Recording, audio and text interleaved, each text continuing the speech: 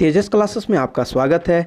GK GS का महामैराथन practice set यह 2 है। इसमें हम लोग टोटल 100 प्रश्न देखेंगे और यह किसी भी इंडिया के कोई भी आप कंपटीशन एग्ज़ाम देने जा रहे हो तो आपको मैक्सिमम से मैक्सिमम बेनिफिट देने वाला है। मेरा मकसद इस प्रैक्टिस सेट कराने का यही है ताकि मैं कम समय में आप लोगों को इतना प्रैक्टिस करा दूँ ताकि आप सब किसी भी एग्ज़ाम में जाए तो अनकम्फर्टेबल महसूस ना हो, आपको ऐसा ना लगे कि ये मेरा पढ़ा हुआ नहीं है। क्या है कि जिन लोगों ने मेरा प्रैक्टिस सेट 1 देखा होगा उनको इतना आइडिया तो होगा कि मैंने जो सब्जेक्ट्स का कम्बिनेशन डाला है वो कैसे डाले हैं। आप में से मैक्सिमम लोगों ने इसका तारीफ़ किया है, बोला है बहुत अच्छा है, ऐसा किसी भी एग्ज़ाम में काम आने वाला है। मैंने करेंट अफेयर्स का जो करेंट ट्रेंडिंग चल रहा है उसी को मैं डाल रहा हूँ कि 30+ करेंट अफेयर्स में डाल रहा हूँ। इसमें भी आपको 30+ करंट अफेयर्स मिलेंगे और एक से एक प्रश्न मिलेंगे। आप किसी भी एग्ज़ाम में जाओगे ना तो आपको मज़ा आ जाएगा। चलिए, कोई भी सेट करने के लिए कोई एक रीज़न, कुछ करने के लिए सिर्फ हमें एक रीज़न चाहिए होता है, नहीं करने के लिए हमारे पास लाखों रीज़न होता है, लॉकडाउन वगैरह। लेकिन आप लोगों ने जितने अच्छे से मेहनत किया है ना, आप लोग जैसे मेहनत कर रहे हो ना, मैं देखा हूँ कि मैं क्विज़ जस्ट ट्रायल के लिए डाला था, आप लोगों में से तुरंत 200 लोगों ने आके उस क्विज़ को दिया है। तो मुझे आप लोगों का डेडिकेशन देख के ना और मेहनत करने का मन कर रहा है और मैं सोच रहा हूँ कि इस क्विज़ को मैं मॉर्निंग में भी कुछ कर दूँ। लेकिन मैं एक 2 सर हैं उनको मैं बोला हूँ कि ये क्विज़ उन लोगों का जिम्मेदारी दे रहा हूं कि वो लोग क्विज कराएंगे, क्योंकि मैं क्विज नहीं करा पाऊंगा, मेरे पास उतना समय का थोड़ा सा अभाव रहता है। तो आप लोगों को क्या करना है कि मॉर्निंग में एक क्विज में अरेंज करने के लिए मैं उन लोगों को कुछ बात कर रहा हूं, चल रहा है चर्चा। और इवनिंग का क्विज तो बिल्कुल फिक्स है कि वो आपको 9 बजे आएगा। मॉर्निंग का क्विज का मैं देखता हूँ वो कितने बजे आएगा। चलिए, PDF के लिए आपको टेलीग्राम चैनल ज्वाइन करना है। जो प्रैक्टिस सेट 1 का PDF है वो मैंने ऑलरेडी अपलोड कर दिया। आप में से मैक्सिमम लोगों ने उसको डाउनलोड करके रिवीजन भी किया है और ये चीज़ देख के ना बहुत इतना अंदर से खुशी होता है। आप लोगों का डेडिकेशन, आप लोगों का जुनून, बस यही जुनून चाहिए था मेरे दोस्त आप लोगों से। एक कहावत है, मेहनत इतनी करो कि किस्मत भी बोल उठे, ले ले बेटा यह तेरा ही है। तो वो मेहनत आप लोग कर रहे हो और आप लोग बोलते हो कि सर अधिक से अधिक प्रैक्टिस कराइए। ये चीज़ ना मुझे और जज्बाती कर देता है और खुश कर देता है कि मैं आप लोगों के लिए और अधिक से अधिक मेहनत करूं। देखिए, यदि आप किसी भी एग्ज़ाम मैं बोल रहा हूँ इंडिया का कोई भी एग्ज़ाम आप देने जा रहे हो ना, तो ये सीरीज़ को करके जाओ। आप फिर देख के आना, फिर बताना कि हाँ कैसा आपका उसमें स्कोर रहा है और कैसा आपका प्रिपरेशन लेवल रहा है। मैं किसी एक एग्ज़ाम को इसमें पर्टिकुलर नहीं, क्योंकि मैंने हर चीज़ को कंपाइल इतने अच्छे से किया है ताकि आप एक बार लगा के देखो और फिर बताना कैसा है। चलिए, आज का पहला प्रश्न है, सूची 1 को सूची 2 के साथ सुमेलित कीजिए तथा नीचे दिए गए कूट से सही उत्तर चुनिए।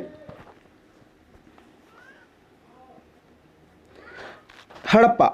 सबसे पहले मैं आपको बताता हूं, आप लोग जो बहुत कोई भी ऐसा क्वेश्चन जब कीजिए ना मिलान करने वाला, तो उसमें जो आपको सबसे आसान होता है यानी लगाते कैसे, मैं वो आपको बताता हूं। आप सब जानते हो लोथल में क्या था, तो गोदीबाड़ा था। मोहनजोदड़ो में क्या था, तो नर्तक की मूर्ति था। और कालीबंगा, तो जितने भी काले काले चीज़ होंगे ना, जैसे जोता हुआ खेत जोत दोगे तो कैसा हो जाएगा, काला हो जाएगा। जितना काला काला चीज़ है ना वो सब कालीबंगा से मिला है। तो ये तो आप लगा दिए तो सीधा आपको पता चल गया हड़प्पा से सावधान R37 मिला है। क्या हो जाएगा, देखिए 1 2 4 3, 1 2 3 4 है, 1 2 4 3, ऑप्शन डी करेक्ट हो जाएगा। अगला प्रश्न है, पाटलिपुत्र के संस्थापक थे। देखिए, आप में से मैक्सिमम लोग जानते हैं पाटलिपुत्र के संस्थापक क्या है, उदयन है। चलिए, ये बहुत अच्छी बात है। लेकिन पाटलिपुत्र बोले या पटना बोले तो 2 लोगों ने पटना राजधानी ट्रांसफ़र किया था। पहला तो उदयन जो सबसे पहले किया था, दूसरा काल अशोक। लेकिन सिर्फ इतना से हमारा काम नहीं चलने वाला, हमारा काम पूरा राजधानी ट्रांसफ़र देखना पड़ेगा और टोटल 5 लोग हैं, मैं उन सबको आपको बताता हूँ। देखिए, सबसे पहले बिंबिसार ने जो अपना राजधानी बनाया, वह बनाया था राजगिरी बनाया था। उसके बाद आपको उद्यान क्या किया, राजगिरी से पाटलिपुत्र शिफ्ट किया। फिर से आते हैं शिशुनाग क्या करते हैं, वैशाली पाटलिपुत्र से वैशाली कर देते हैं। उसके बाद आते हैं कालशोक, तो कालशोक क्या करता है, फिर वैशाली से पाटलिपुत्र शिफ्ट कर देता है। फिर से एक और है जो बहुत इंपॉर्टेंट है, हर्षवर्धन। तो हर्षवर्धन क्या है, पहले इनका राजधानी रहता है थानेश्वर और थानेश्वर से ट्रांसफ़र करके इसको कन्नौज करते हैं। चलिए, इतना आपको जानना बहुत जरूरी है। अगला प्रश्न है, अशोक के अभिलेखों का सर्वप्रथम पढ़ा था? जो अशोक के अभिलेख को सर्वप्रथम किसने पढ़ा था?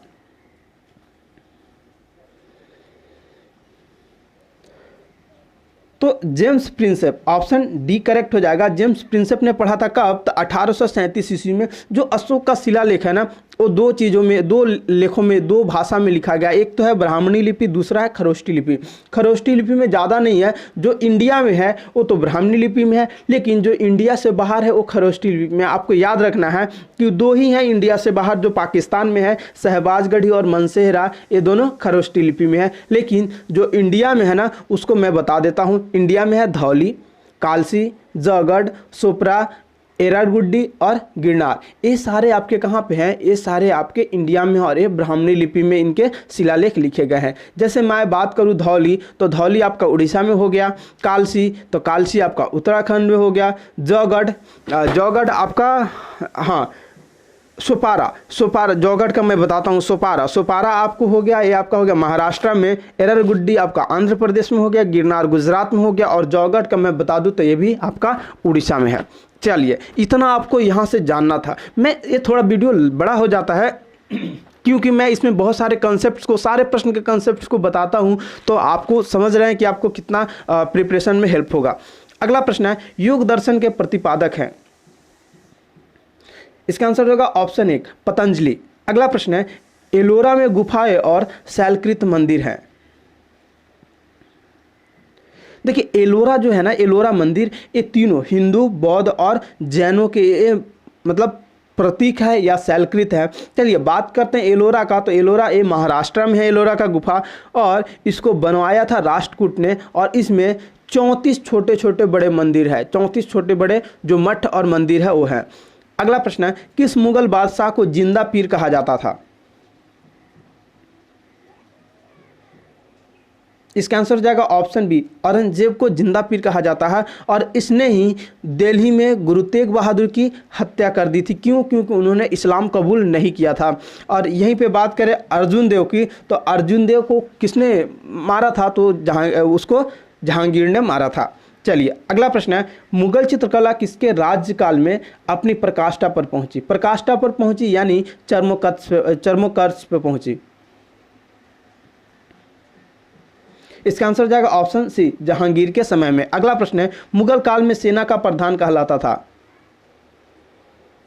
तो सेना का प्रधान को हम लोग मीर बख्शी उस समय के कहते थे। और यहीं पे आपको अगर वजीर देखे तो वजीर प्रधानमंत्री होते थे। अगला प्रश्न है, निम्न को सुमेलित कीजिए।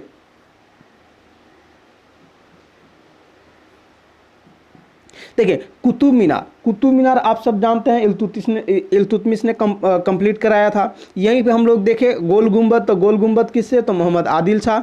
और यहीं पे बुलंद दरवाज़ा देख ले, तो बुलंद दरवाज़ा आप सब जानते हैं अकबर की कृति है। और मोती मस्जिद शाहजहाँ का। यानी देखिए 2 1 4 3, 2 1 4 3 किस में है? तो ऑप्शन डी करेक्ट हो जाएगा। अगला प्रश्न है, भारतीय राष्ट्रीय कांग्रेस का प्रथम विभाजन कब हुआ?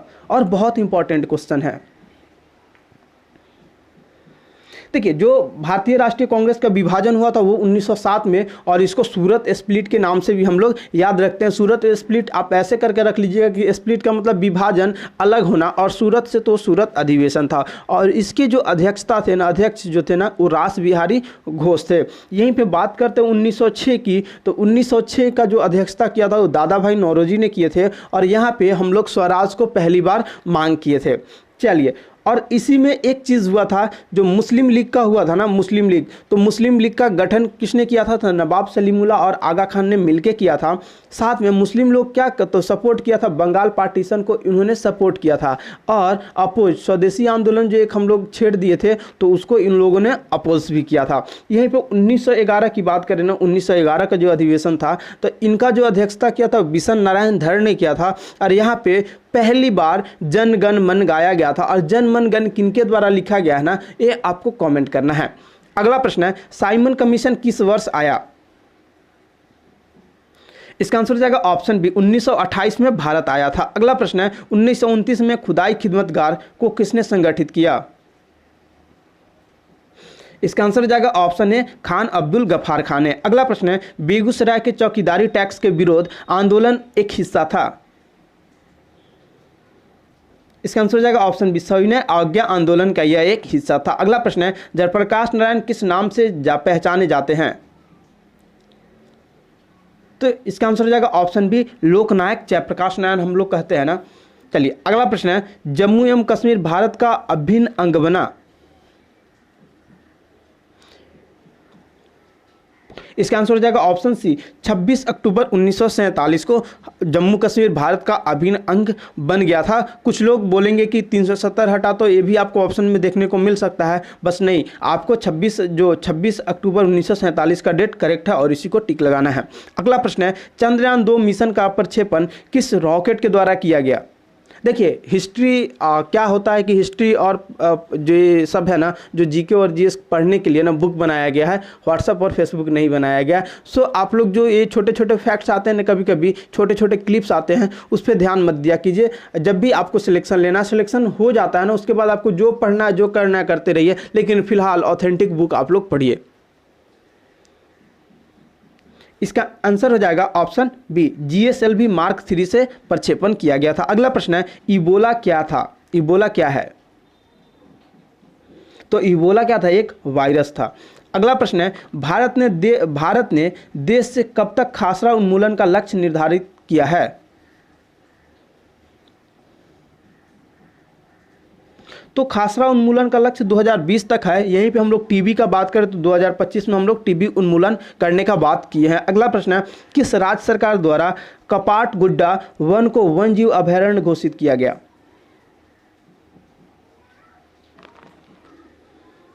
इसका आंसर जाएगा ऑप्शन बी, कर्नाटक राज्य के द्वारा। अगला प्रश्न है, 18 जून 2019 को जारी विश्व के सबसे तेज सुपर कंप्यूटर कौन है? तो समिट यूएसए के द्वारा ये बनाया गया सुपर कंप्यूटर है। अगला प्रश्न है, 3 से 7 जनवरी 2020 के मध्य 107वीं भारतीय विज्ञान कांग्रेस का आयोजन कहाँ संपन्न हुआ? तो ये कर्नाटक में संपन्न हुआ था। और चलिए यहाँ पे बात करते हैं कहाँ पे, कर्नाटक के कहाँ पे, तो university of agriculture sciences GK VK campus Bengaluru में इसको ऑर्गेनाइज किया गया था। और इसका थीम आता है कि थीम क्या था, तो इसका थीम था रूरल डेवलपमेंट। चलिए अगला प्रश्न है, नोमाडिक एलिफेंट नामक संयुक्त सैन्य अभ्यास किन 2 देशों के बीच संपन्न हुआ? तो नोमैडिक मैडिक से आपको याद रखना है मंगोलिया, तो ऑप्शन डी करेक्ट हो जाएगा, भारत और मंगोलिया। अगला प्रश्न है, एसडीजी जेंडर इंडेक्स 2019 के अनुसार किस देश ने प्रथम स्थान प्राप्त किया है? जेंडर इंडेक्स आपको बताना है एसडीजी द्वारा जो जारी किया जाता है। तो डेनमार्क को प्रथम स्थान प्राप्त हुआ है। देखिए जेंडर है तो मेल और फीमेल का बात किया जाएगा, तो मेल और फीमेल में क्या करता है, कोई मार्क नहीं करता, इसलिए इसका नाम डेनमार्क है। ठीक है, तो ये क्या है कि मैं आपको ट्रिक बताया हूँ याद करने का, ऐसा एग्जैक्टली नहीं है। तो आपको डेनमार्क तो 1 नंबर पे है। यहीं पे बात करें इंडिया का, तो हम लोग 95 नंबर पे हैं। अगला प्रश्न है, हाल ही में किस देश ने यूएनएटीटी यानी United national arm trade treaty से बाहर होने का फैसला किया है? तो कौन सा देश है? ये यूएस ही है, इस ट्रेड से बाहर होने का फैसला किया था डोनाल्ड ट्रंप के द्वारा स्पेशली। अगला प्रश्न है, रिपोर्ट्स विदाउट बॉर्डर्स नामक गैर सरकारी संगठन द्वारा जारी विश्व प्रेस स्वतंत्रता सूचकांक 2019 में भारत को कौन सा स्थान प्राप्त हुआ है? देखिए प्रेस में हम लोगों का 40 है, और एक चीज़ में और 40 में आगे बताऊंगा। प्रेस में हम लोग 40 है, और 1 नंबर पे जो था वो नॉर्वे था। कहा जाता है ना कि, चलिए अगला प्रश्न है, यूएनएसडीएसएन यानी UN sustainable development solutions network संयुक्त राष्ट्र निर्वहनीय विकास समाधान नेटवर्क द्वारा जारी 2019 यानी 7वां, जो 2019 में जारी किया गया था, 7वां जारी किया गया था कि विश्व प्रसन्नता रिपोर्ट में भारत का स्थान कौन सा है? आपको सीधा सीधा यहाँ पे बताया जा रहा है कि जो भारत का रैंकिंग क्या है विश्व प्रसन्नता दिवस में। इसका आंसर हो जाएगा बी, ऑप्शन बी, 140वां हम लोग विश्व प्रसन्नता दिवस में हैं। अगर बात करें 1 नंबर पे तो फिनलैंड है। चलिए अगला प्रश्न है, कौन से संवैधानिक संशोधन द्वारा राष्ट्रीय पिछड़ा वर्ग आयोग को संवैधानिक दर्जा प्राप्त हुआ है? इसका आंसर हो जाएगा ऑप्शन बी, 123वां। अगला प्रश्न है, वैश्विक नवाचार सूचकांक 2019 के अनुसार भारत को कौन सा स्थान प्राप्त हुआ है?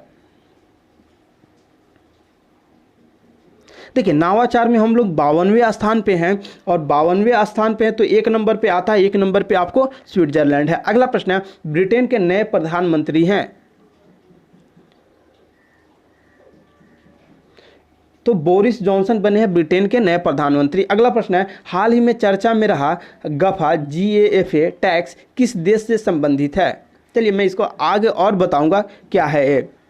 इसका आंसर हो जाएगा ऑप्शन बी, फ्रांस से। और ये बहुत इंपॉर्टेंट क्वेश्चन है, गाफा वाला तो हर एग्जाम में आपको देखने के लिए मिलेगा। गाफा बोले तो जी से गूगल, ए से एप्पल, एफ से फेसबुक और ए से अमेजोन, इनके ऊपर कुछ टैक्स लगा रहा है फ्रांस ने, और इस पर बहुत विवाद हुआ है। लेकिन फिर भी जो फ्रांस की सरकार है वो पीछे नहीं हटा है। रीज़न क्या है कि इन सारी कंपनियों ने इतने मोटे रकम कमा रहे हैं, लेकिन वो क्या हमें सरकार को क्या दे रहे हैं? कुछ नहीं दे रहे हैं। और समझ रहे हो कि ये इन सब चीज़ों से कितना देश को अगर ये टैक्स लेंगे तो देश का ग्रोथ जो है वो कितना तेज़ी से होगा। अगला प्रश्न है, चंगसा घोषणा किससे संबंधित है? चंगसा घोषणा किससे संबंधित है? तो कृषि में सहयोग से संबंधित है। अगला प्रश्न है, देश का सबसे गहरा बंदरगाह कौन सा है? तो विशाखापट्टनम देश में सबसे गहरा बंदरगाह है। अगला प्रश्न है, G20 शिखर सम्मेलन 2019 का आयोजन कहां हुआ था?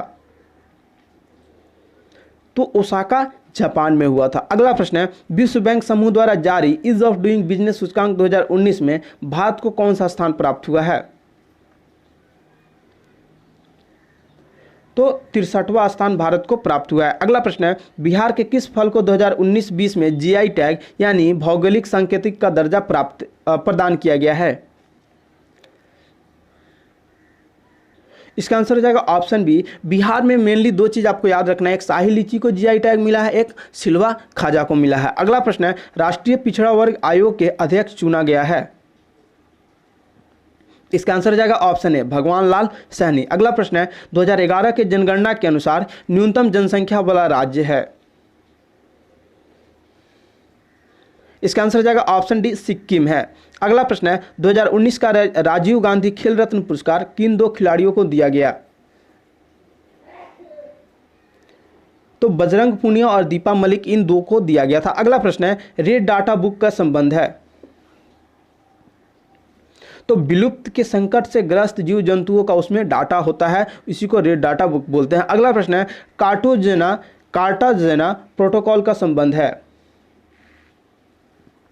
जय सुरक्षा समझौता से इनका संबंध है। अगला प्रश्न है, दास कैपिटल किसकी प्रसिद्ध पुस्तक है? इसका आंसर हो जाएगा ऑप्शन सी, कार्ल मार्क्स। अगला प्रश्न है, India state of forest report ISFR 2017 के अनुसार सर्वाधिक वनावरण वृद्धि वाला राज्य है? तो कर्नाटक। देखिए यहाँ पे 2-3 प्रश्न आते हैं। एक तो ये सर्वाधिक वनावरण वृद्धि यानी वनों में सबसे ज़्यादा वृद्धि तो किसने किया? कर्नाटक। लेकिन सबसे ज़्यादा वन वाला राज्य आप सब जानते हैं मध्य प्रदेश है। अगला प्रश्न है, निम्नलिखित में से किसकी संस्तुति पर भारतीय संविधान में मूल कर्तव्य शामिल किया गया? इसका आंसर हो जाएगा ऑप्शन सी, स्वर्ण सिंह समिति की। अगला प्रश्न है, कथन है संघीय कार्यपालिका का मुखिया भारत का राष्ट्रपति होता है? रीजन क्या दिया है, कारण क्या दिया है? राष्ट्रपति को शक्तियां की कोई सीमा नहीं है। आपको बताना है कि कौन सा एक सही है, उपयुक्त संदर्भ में से कौन सा एक सही है। चलिए देखिए क्या है, संघीय कार्यपालिका का मुखिया भारत का राष्ट्रपति होता था, बिल्कुल सही है। दूसरा, राष्ट्रपति को शक्तियों की कोई सीमा नहीं है। देखिए राष्ट्रपति को कोई शक्तियों की कोई सीमा नहीं है। ऐसा अगर होता तो आपके जो राजनीति शास्त्र है यानी पॉलिटी बोले तो पॉलिटी में राष्ट्रपति के बारे में एक ही चीज़ लिखा होता कि इनके पास सारी शक्तियाँ उपलब्ध है। ऐसा कहीं लिखा है क्या? नहीं लिखा है ना, तो ये स्टेटमेंट गलत हो जाता है। इसलिए क्या हो जाएगा, ए सही है आर गलत है। तो ए सही है किंतु आर गलत है, ऑप्शन सी करेक्ट हो जाएगा। अगला प्रश्न है, निम्नलिखित में से कौन सा मूल अधिकार भारतीय संविधान के नागरिकों को नहीं प्रदान किया गया है? देखिए अगर मूल अधिकार अगर सबको एक बार भी अगर आप थोड़ा सा डीपली देखे होंगे तो देश के किसी भाग में बचने का अधिकार ये तो है, लिंग समानता का अधिकार भी है, सूचना का अधिकार अपने यहाँ लीगल राइट है। देखिए ये फंडामेंटल राइट नहीं है। और शोषण के विरुद्ध अधिकार ये क्या है? फंडामेंटल अधिकार है, यानी ऑप्शन सी हमारा करेक्ट हो जाएगा। अगला प्रश्न है, निम्नलिखित में से कौन सा एक राज्य के नीति निर्देशक तत्व का उद्देश्य नहीं है? देखिए, राज्य के नीति निर्देशक तत्व बोले तो डीपीएसपी, उसका मेन जो काम होता है ना, मेन उद्देश्य है एक कल्याणकारी राज्य की स्थापना करना, ये मेन उद्देश्य है।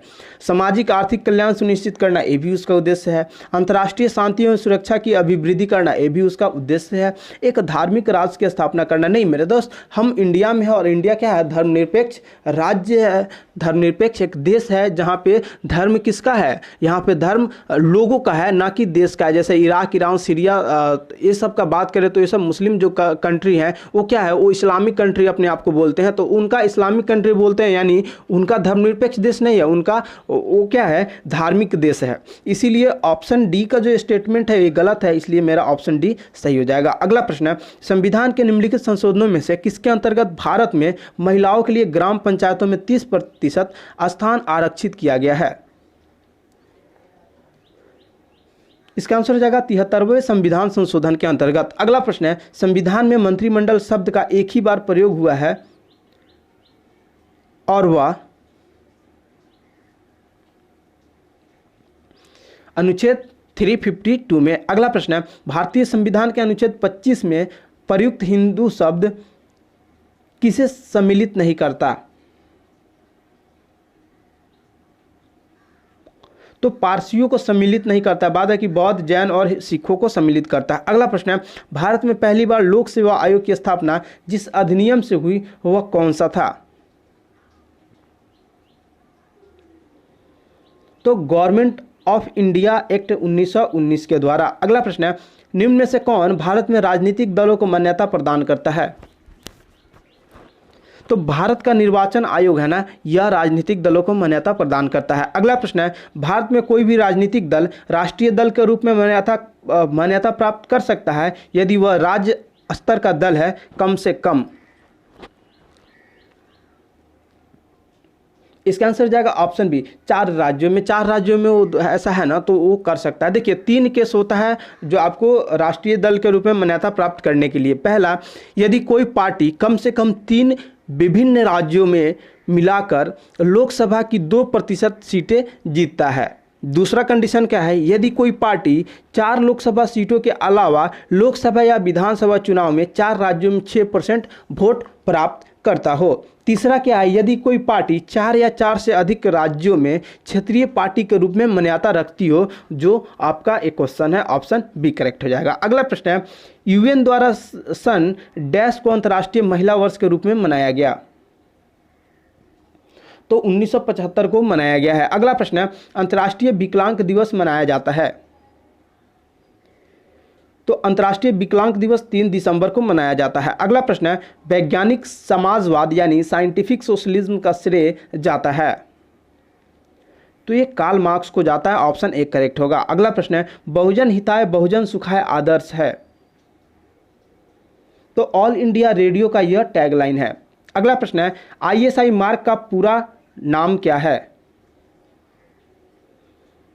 इसका आंसर होगा option A, Indian standard institute. अगला प्रश्न है, निम्न में से कौन संयुक्त राष्ट्र की सुरक्षा परिषद का अस्थायी सदस्य नहीं है?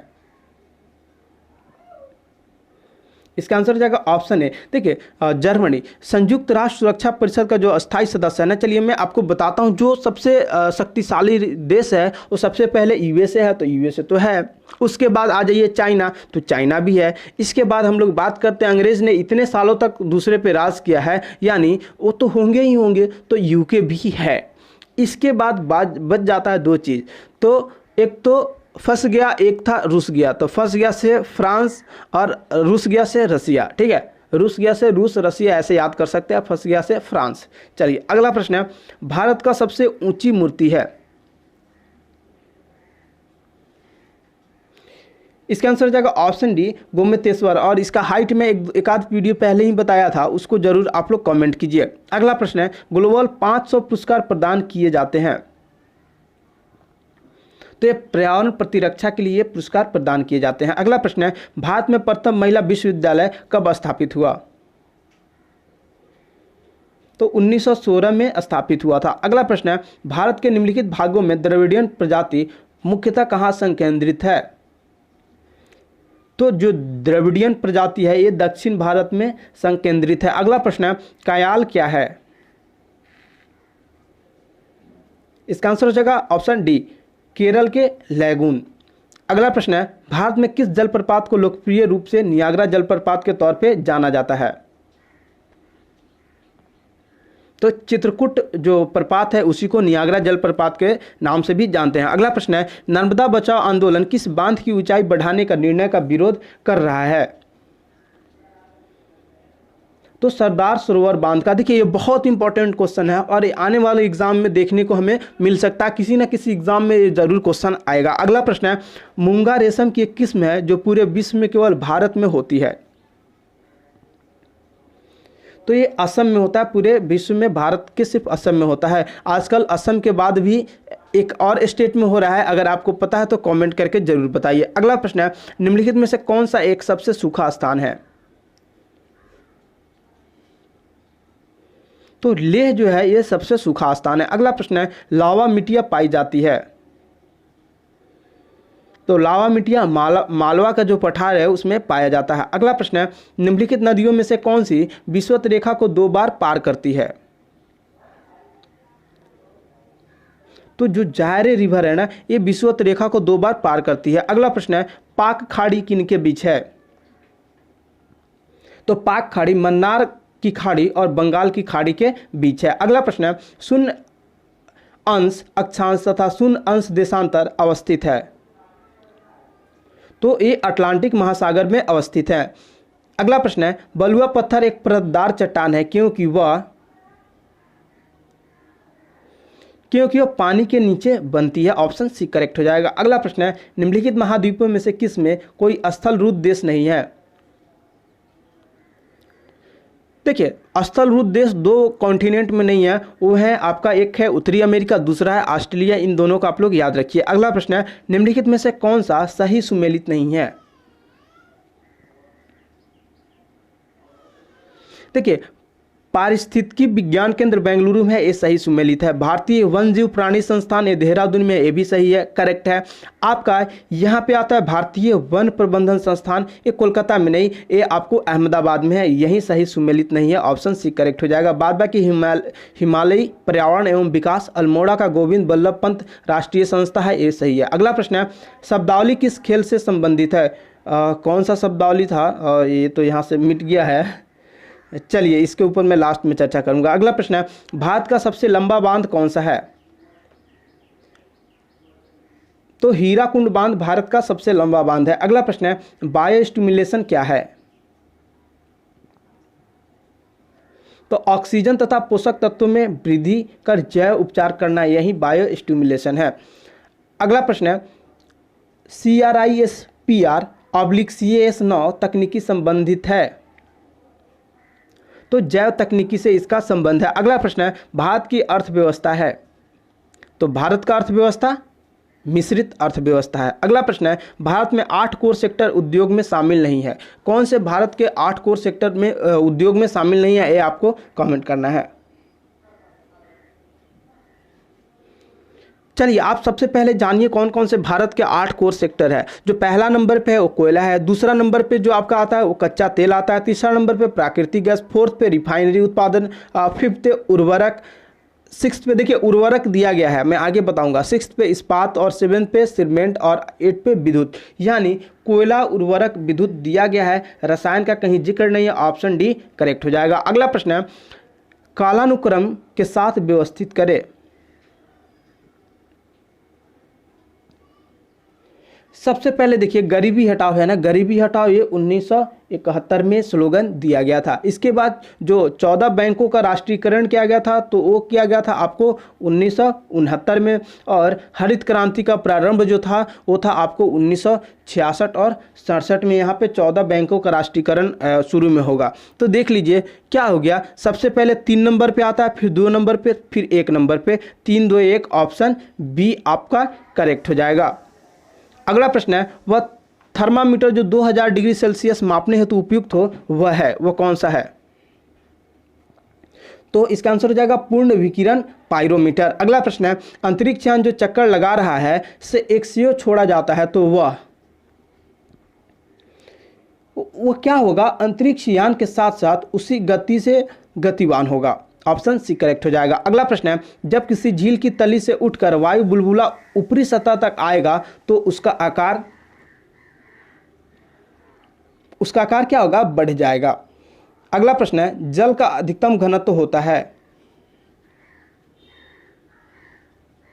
देखिए कितना पे, तो 277 केल्विन पे। 273 में अगर 4 डिग्री जोड़ दीजिएगा, 4 डिग्री सेल्सियस को अगर इसमें हमको केल्विन में बदलना है तो 273 जोड़ना पड़ता है, तो 277 हो जाएगा। अगला प्रश्न, अंटार्कटिक में भारत द्वारा निर्माणाधीन नए शोध स्टेशन का नाम है।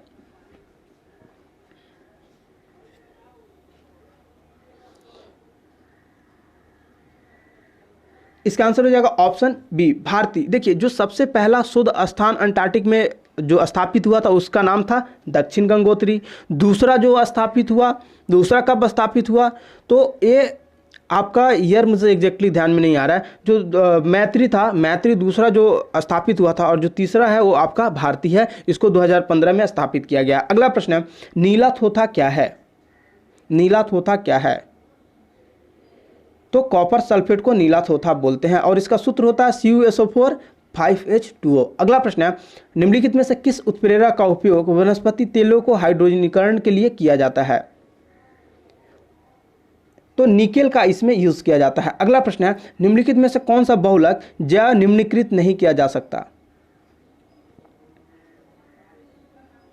PVC को, ऑप्शन डी करेक्ट हो जाएगा। अगला प्रश्न है, ऑक्टेन संख्या गुणवत्ता का माप है, तो पेट्रोल की गुणवत्ता का माप है। अगला प्रश्न है, मनुष्य के जीवन काल में कितने दांत 2 बार विकसित होते हैं?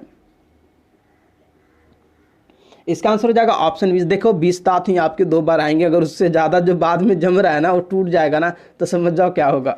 अगला प्रश्न है, हाइड्रोफोबिया किसके द्वारा होता है? तो विषाणु के द्वारा होने वाला है हाइड्रोफोबिया। हाइड्रोफोबिया में क्या होता है? पानी से डर लगता है। अगला प्रश्न है, BMD परीक्षण किया जाता है, अस्थिर रंध्रा हेतु BMD परीक्षण किया जाता है। अगला प्रश्न है, विश्व से चेचक का उन्मूलन घोषित हुआ?